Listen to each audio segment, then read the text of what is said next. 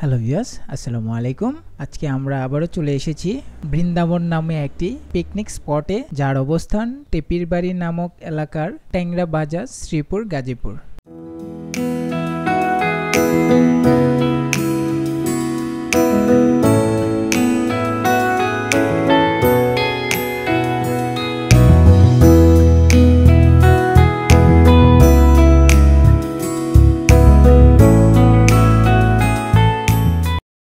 আসসালামু আলাইকুম। আচ্ছা, আপনাদের এখানে যে পর্যটকরা আসে, হ্যাঁ, তো আসার পরে ওরা কি কি ফেসিলিটি পাবে বা ওরা থাকার ফেসিলিটিগুলো কি, এই বিষয়ে যদি কিছু বলতেন আর কি।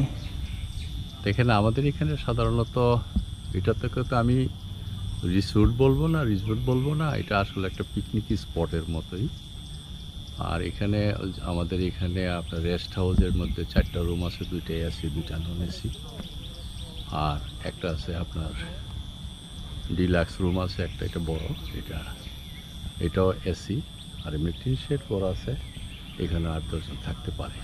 আসলে ওনারা এখানে সাধারণত ক্যাম্পিংই লুকিয়ে আমাদের কম বেশি একটু আসে, তারা ওই যে ক্যাম্পিংয়ে থাকে আর কি, তাঁবু নিয়ে থাকে।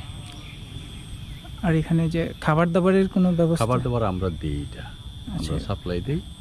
এটা খুবই মানে কম পয়সার মধ্যে আমরা চেষ্টা করি দিতে।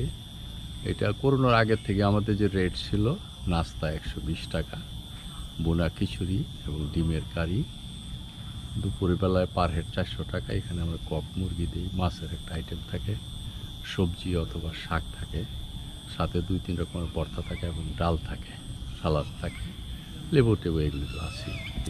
এমনি তো মনে করেন আমরা জানি যে এটা আপনার একটা আধ্যাত্মিক সাধনার কেন্দ্র আর কি। মানে এই যে এইরকম মানসিক প্রস্তুতি বাংলাদেশে আমরা খুব কম জায়গায় দেখছি যে মৃত্যুর আগে মানুষ সমাধিস্থল তৈরি করে রাখে। এই যে আপনার মৃত্যু চিন্তা, এই যে আপনার ধ্যান জ্ঞান সাধনা, এটা এই ভাবনা আপনার কোত্থেকে আসলে? আধ্যাত্মিক আসলে আমাকে পূর্বেই বলা উচিত ছিল, আসলে টোটালটাই ছিল আমার আধ্যাত্মিক আস্থানা। পরবর্তী পর্যায়ে যখন এই বনের মধ্যে আমি জায়গা পরিষ্কার টরিষ্কার করে একটু সুন্দর করলাম, তখন এলাকার মানুষ এসে আমাকে বিরক্ত শুরু করলো যে আমরা একটু এখানে পিকনিক করতে চাই। তো এমন কিছু আমার বন্ধুমহল আসলো যাদেরকে আমি নিষেধ করতে পারি নাই। তো সুতরাং এরপর থেকেই ওই যে মাঝে মধ্যে যখন এরা আসা শুরু করলো, পরবর্তী পর্যায়ে দেখলাম যে এত বৃহৎ জায়গা, একটু বড়সড় জায়গা যেহেতু, আমি আমার আধ্যাত্মিক কেন্দ্রটাই যে পরবর্তী পর্যায়ে এইটুকু বাউন্ডারি করে এখানে আমি আলাদা করে নিয়ে আসছি। আসলে আমি তো সুফিবাদে বিশ্বাসী, আর আমি মনে করি যেটা আমরা সবসময় কিন্তু সব জিনিসের ফ্রন্ট সাইডটা দেখি, কিন্তু ফ্রন্ট সাইডের আড়ালে কিন্তু একটা প্রকৃত সত্য থাকে, যা আমি ভাবতে থাকি যে প্রকৃত সত্যটা কিন্তু যদি আমরা ব্যাকপাসটা সহ না দেখেন, তাহলে প্রকৃত সত্যটা খুঁজে পাওয়া যায় না কোনো জিনিসের।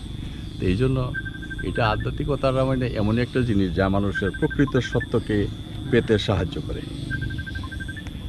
তো এই জন্য আমি ওটার প্রতি একটু আগ্রহী হয়ে ওইটাকে আমি করি।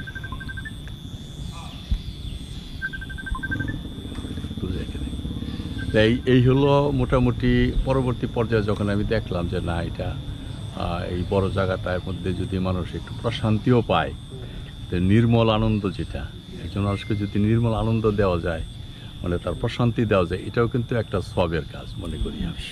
যেখানে কোনো মলিনতা থাকবে না, যেখানে কোনো কুলসতা থাকবে না, মানুষ আনন্দ উপভোগ করতে পারবে। এই জন্য এইটুকু আমি আলাদা করে করা। মুখ্য কথা হলো আপনার মৃত্যু চিন্তা এবং আপনার আধ্যাত্মিক ভাবনা, আপনি দুনিয়াবি ঝামেলা থেকে বিদায় নিয়ে এই যে সমাধিস্থল তৈরি করে এই যে মৃত্যুকে এত সন্নিকটে পাবা, এই ধরনের চিন্তা কিন্তু আমাদের সমাজে খুব কম মানুষই করে। আপনার এই চিন্তাকে আমরা ছড়িয়ে দিতে চাই যে মানুষ আসলে মৃত্যুর খুব কাছাকাছি, মৃত্যুর জন্য প্রস্তুতি নিয়ে একটা জায়গা তৈরি করা, এরকম ভাবনা খুব কম মানুষের মধ্যে আসে। এই জায়গা থেকে আমরা মনে করি যে আপনি যে কাজগুলো করছেন, এই কাজগুলো আমাদের সমাজ, আমাদের দেশ, আমাদের মানবিকতায় ব্যাপক প্রভাব বিস্তার করবে। আমরা সমৃদ্ধি এবং এই জায়গার যে লক্ষ্য উদ্দেশ্য, এটা থাকুক, আপনার আধ্যাত্মিক সাধনা অব্যাহত থাকুক। আমরা সর্বশেষ জানতে চাই যে আসলে এই জায়গায় আপনি যে এখানে যে সমাধি তৈরি করছেন এবং এটার ভবিষ্যৎ কোন দূর পর্যন্ত যেতে পারে, বা আপনার মৃত্যুর পরবর্তী আপনি কি দেখেন এখানে? দেখেন, আমি তো আসলে মানুষ, আমরা অনেক সময় বলে থাকি যে তোমার যদি খুব দুনিয়াবি চিন্তা চাও, তাহলে তুমি কবরের পাশে যাও। আর আমি চাচ্ছি যে আমার কবরটা এখন তো ধরেন আমাদের পারিবারিক যে কবরস্থান ছিল, এটা এখানে এতই কবর হয়েছে যে এখানে আর জায়গা নেই। তো এখন আমি চিন্তা করছি যে যদিও আমার জায়গা থাকে, আমরা কিন্তু এই ভুলটা সবসময় করি। নিজেরা কিন্তু সন্তানাদির জন্য অনেক কিছু করে যায়, কিন্তু নিজের কবরের জায়গাটা অনেক সময় দেখা যায় খুঁজে পাওয়া যায় না। সেই চিন্তা চেতনার থেকে আগেই আমি এই যে এই দায়িত্বটা নিয়ে যে আমি একটা জায়গা সিলেকশন করে রেখে যাই যেখানে আমার কবর হবে, তাহলে আমার ছেলেরাও দেখলো, আমার ওয়ারির যারা তারাও দেখলো, এলাকার মানুষও দেখে রাখলো, এবং এখানে আমার মনের প্রশান্তি। আর সবচেয়ে আমি দেখছি যে অনেক গভীর রাতেও যদি ঘুম ভেঙে যায়, আমি কবরের পাশে এসে দাঁড়াই, তখন কিন্তু এই দুনিয়ার থেকে আলাদা হয়ে যদি আপনি ভাবেন, তখন দেখা যাবে যে এর মধ্যে একটা বিশাল একটা মানে কি বলবো প্রশান্তি নয়, কিন্তু তখন মনে হয় যে হৃদয়টা একদম মানে গলে পড়ে একদম পানির মতো হয়ে গেছে। এই জন্য মাঝে মধ্যে কবরের পাশে যাওয়া উচিত। আর সেই আঙ্গিকে চিন্তা করি আমি কবরস্থান এখানে করছি যে প্রতিনিয়ত যেন আমার চোখের সামনে জায়গাটা থাকে, তাহলে অনেক কিছু অনেক মানে কি বলবো এটাকে চাওয়া পাওয়ার থেকে নিজেকে দূরে রাখা সম্ভব হয়। ধন্যবাদ আপনাকে আমাদের সময় দেওয়ার জন্য। চমৎকার, আমরা অনেক কিছু জানলাম। পরবর্তীতে আবার দেখা হবে। আল্লাহ হাফেজ। জি ঠিক আছে, অনেক ধন্যবাদ আপনাদেরকেও, এবং এই যারা এটা নিলেন আপনারা এটা যদি মানুষের কোনো উপকারে আসে আমি কৃতার্থ করব।